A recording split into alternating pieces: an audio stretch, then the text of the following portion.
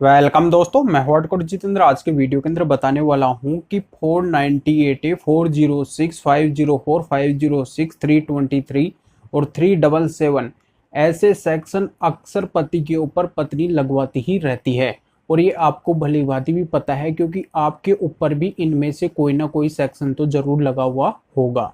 तो यहाँ पे केवल वो एक सामान्य पति के ऊपर ही ये सेक्शन नहीं लगे हुए हैं। आजकल जो बड़े बड़े ऑफिसर्स हैं उनके ऊपर भी ये सेक्शन आपको देखने को मिलेंगे।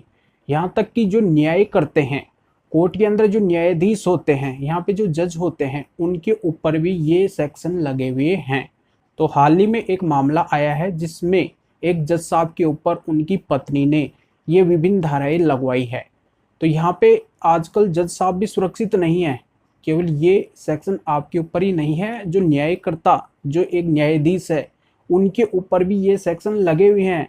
तो यहाँ पे अगर आपके इस बात को लेके अगर कोई टेंशन है तो उस टेंशन को बिल्कुल आप निकला दीजिए या फिर निकाल दीजिए, क्योंकि आपको कोई डिप्रेशन में आने की आवश्यकता नहीं है।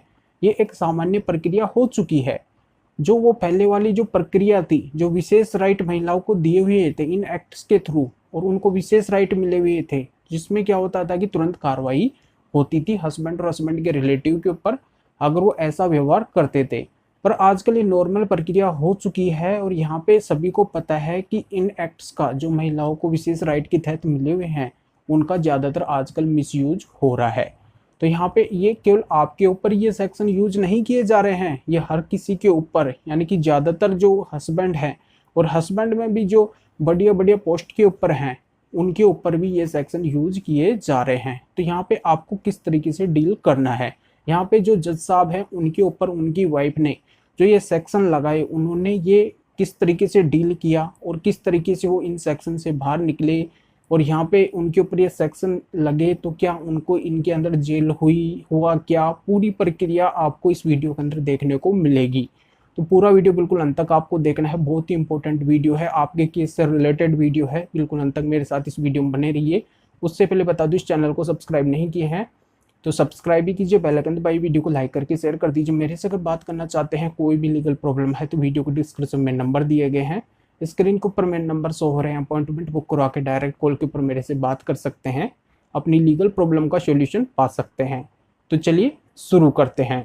तो दोस्तों यहाँ पे मैं क्लियर कर देता हूँ कि अक्सर ये सेक्शन यूज किए जाते हैं 498A, 406, 504, 506, 323, 377। तो इनमें से कई सेक्शन ऐसे हैं जिनमें आपको बेल लेने की आवश्यकता नहीं है। क्योंकि क्या होता है कि जब ये सेक्शन आपके ऊपर लगते हैं तो आपके माइंड के अंदर यही ख्याल आता है कि पुलिस अब आपको गिरफ्तार करेगी। इसी बात को लेके आप काफ़ी परेशान हो जाते हैं, आप एंटीसिपेटरी बेल की ओर भगने लगते हैं।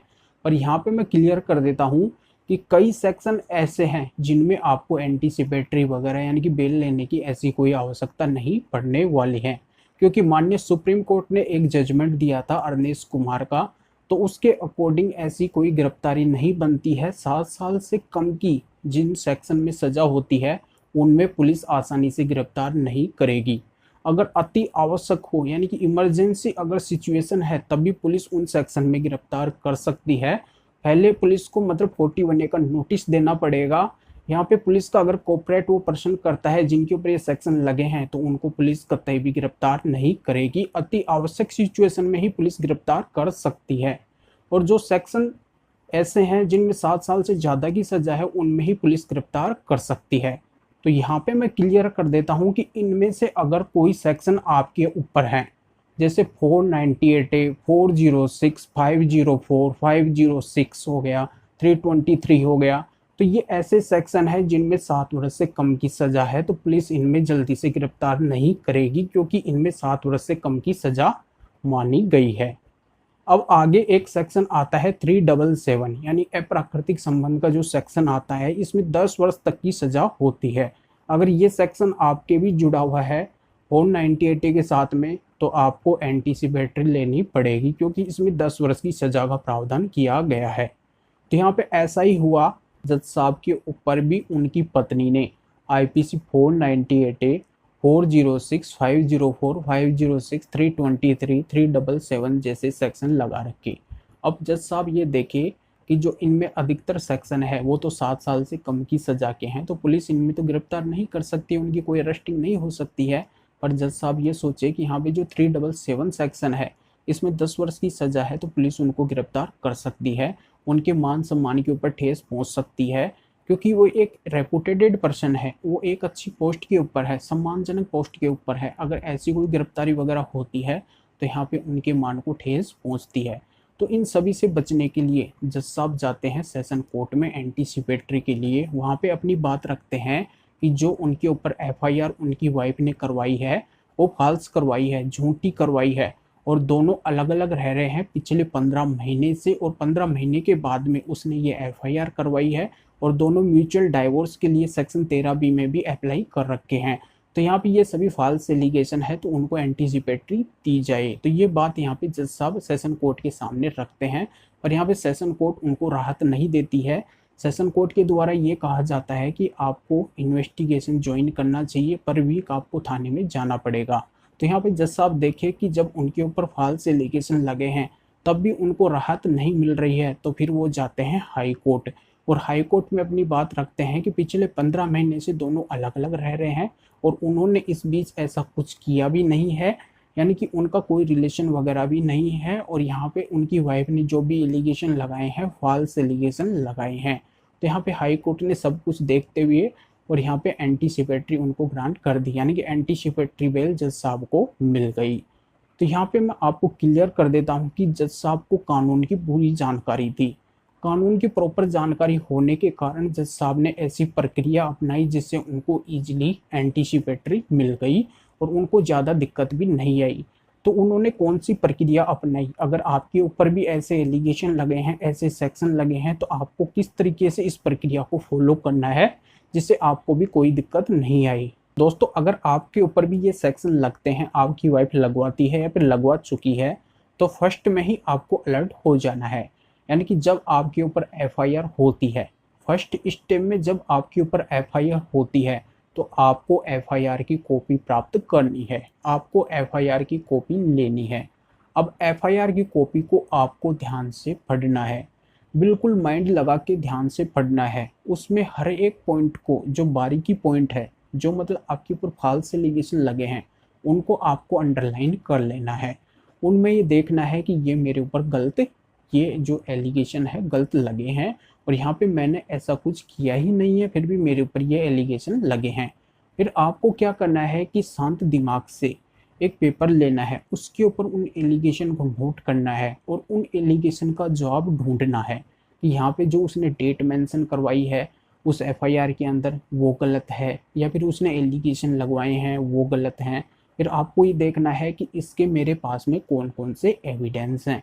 फिर आपको उस पेपर के ऊपर एविडेंस लिखने हैं। फिर आपको क्या करना है कि जो एविडेंस हैं उनको कलेक्ट करना है, एक जगह करना है, और आप इन सभी रिसर्च को निकालने के बाद में प्रॉपर पॉइंट बनाओ। आप उस पेपर के ऊपर पॉइंट मेंशन करो कि आपके फेवर में क्या क्या पॉइंट आ रहे हैं, उसने जो एलिगेशन लगाए हैं उसका क्या क्या तोड़ आपके पास में है, उसका कौन कौन सा जवाब आपके पास में है। उन सभी जवाबों को आप एक पेपर के ऊपर नोट कर लो, पॉइंट वाइज नोट कर लो।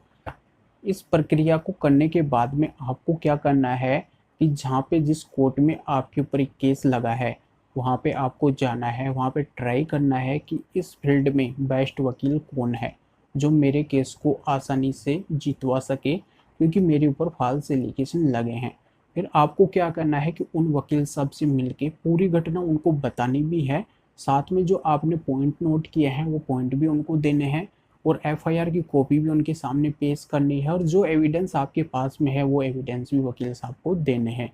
यानी कि आपको पहले मानस बनाना है कि मेरे को केस इन वकील साहब को ही देना है। अगर आप केस उनको दे रहे हैं तो पूरी जानकारी उनको दो।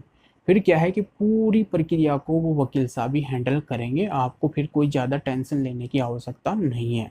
तो पहले आपको यही करना है कि जैसे ही एफआईआर हो जाती है उसकी कॉपी को प्राप्त करके आपको प्रॉपर तरीके से जो भी इम्पोर्टेंट पॉइंट है वो रिसर्च करके आपको ही बनाने हैं, और बनाने के बाद में उन एविडेंस को कलेक्ट करके फिर ही आपको वकील साहब के पास में जाना है। तो इस तरीके से अगर आप प्रक्रिया फॉलो करते हैं तो डेफिनेटली आप उस केस को ईजिली जीत सकते हैं। और ऐसा ही यहाँ पे उन जज साहब ने किया, क्योंकि जज साहब तो खुद एक वकील थे, वकील होने के बाद में फिर जज बने हैं, तो उनको तो कानून की प्रॉपर जानकारी थी। तो यहाँ पे उन्होंने उसी प्रक्रिया को फॉलो किया और यहाँ पे जो जज साहब है उन्होंने खुद ही उस केस को हैंडल किया, क्योंकि वो एक कानून के ज्ञाता हैं, क्योंकि उन्होंने कानून की पढ़ाई की है, यहाँ पे वकालत भी की है, फिर वो जज साहब बने हैं, तो यहाँ पे उनको कानून की अच्छी जानकारी थी, इसलिए वो उस केस को आसानी से फाइट कर गए। अगर आपके ऐसी प्रॉब्लम है, क्योंकि आपको कानून की प्रॉपर जानकारी नहीं है, तो आपको क्या करना है कि बेस्ट वकील ढूंढना है।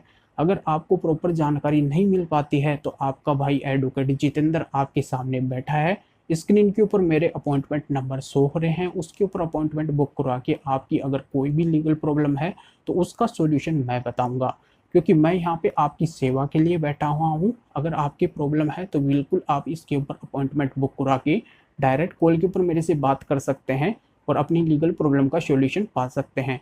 तो स्क्रीन के ऊपर भी मेरे नंबर शो हो रहे हैं, वीडियो के डिस्क्रिप्शन में भी मेरे नंबर है।